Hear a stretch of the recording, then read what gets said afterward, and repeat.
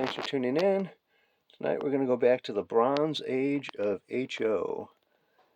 These are DNC, Dallas Model Craft. Castings by Adams & Son. Bronze and cast aluminum. He introduced the E6 here in 1946. And much later that year, he introduced the little FT. As World War II was winding down, your big companies, Mantua and Varney, still had government contracts, and they were happy to take all the money that Uncle Sam wanted to give them. So it gave a little breathing room to the little companies, like DMC, to be a startup and produce diesels. So here's a couple examples here. January 1946, they come out with this lovely full-page ad talking about how they're going to produce the Super Chief, because everyone wanted a Super Chief in O or HO. Bronze castings here, your roof, your truck side frames, belly pan here, your fuel tanks. But the sides were fiber, just printed fiber. That's how it was originally advertised in June. In June of 46, they're advertising now with embossed metal sides. They may be embossed. I think they're actually photo engraved, but you can see they're nice here on the B unit. You can see how shallow the either the embossing or the photo engraving actually is. But with the raised parts, it's easier to paint the rail chief. But of course, they assumed everyone was going to be doing the rail chief. They did also offer plain sides here with no engraving at all. You could paint up whatever you decided. They also were offering these in O gauge, but with limited quantities. So Adams would provide, again, the castings, and you had to build this all up. And they were fairly expensive.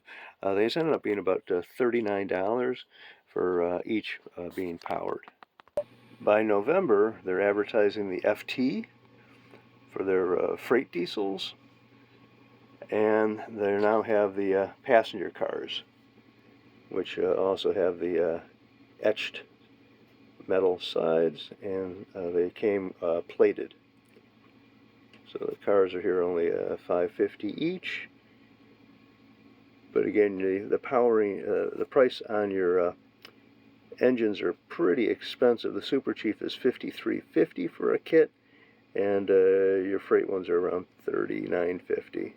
The following year, in September in 47, they retire the E6 and remodel the front and the sides a little bit for the E7, continuing also the FT. Now the Bronze Age only lasted in HO for your covered diesels like this for about 2 years.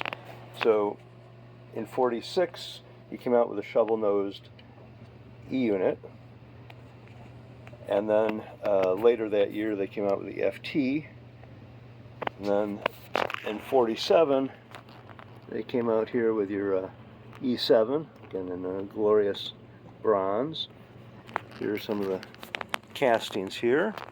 Your E6, the E7, this is a roof for the FT, your belly pans, here are your etched sides. So again, that kit was north of 40 bucks, almost 50 bucks. Then you had to put it all together. Here's a B unit, again with the etched sides. DNC here, with their passenger cars are advertising here. The cars are nice with their etched sides, kind of unique. But this would only last until 48, because 1948, Varney comes out with an F3 and is able to sell it for less than half the price here. And of course, it's a better looking model. And same year, 48, Hobbytown comes out with their E7, and these become antiques overnight. So it was nice while it lasted, but unfortunately, it was a very, very short window. And the building of these was not for the weak of heart.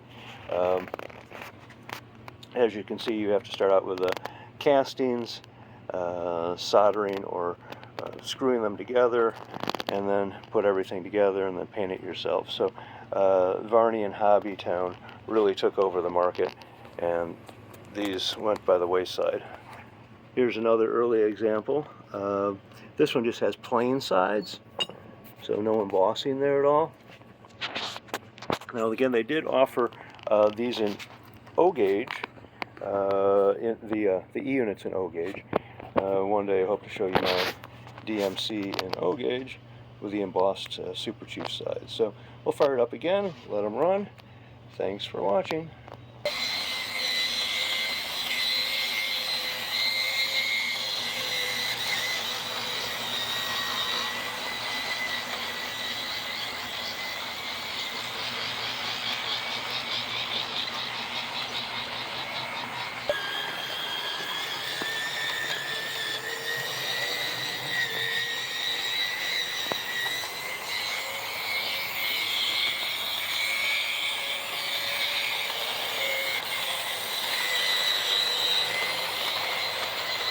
Thanks for watching.